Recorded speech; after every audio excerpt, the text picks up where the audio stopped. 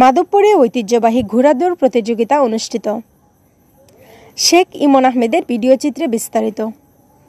হবিগঞ্জের মাধবপুর উপজেলার বুল্লা গ্রামে অনুষ্ঠিত হয়েছে ঐতিহ্যবাহী ঘোড়াদৌড় প্রতিযোগিতা। শুক্রবার 4 এপ্রিল বিকেলে বুল্লা গ্রামে উৎসবমুখর পরিবেশে যুবকদের আয়োজনে ঘোড়াদৌড় প্রতিযোগিতা অনুষ্ঠিত হয়।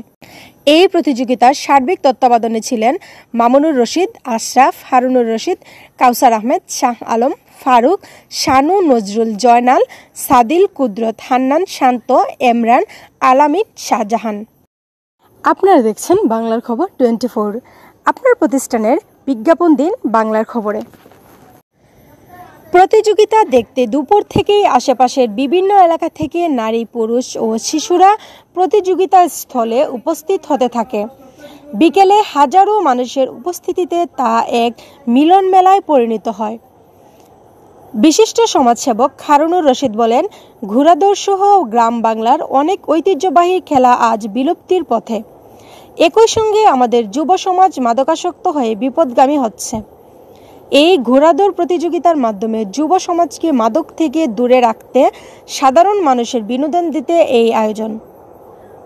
প্রতিযোগিতা শেষে সন্ধ্যায় বিজয়ীদের মাঝে পুরস্কার বিতরণ করেন এলাকার বিশিষ্ট ব্যক্তিবর্গ।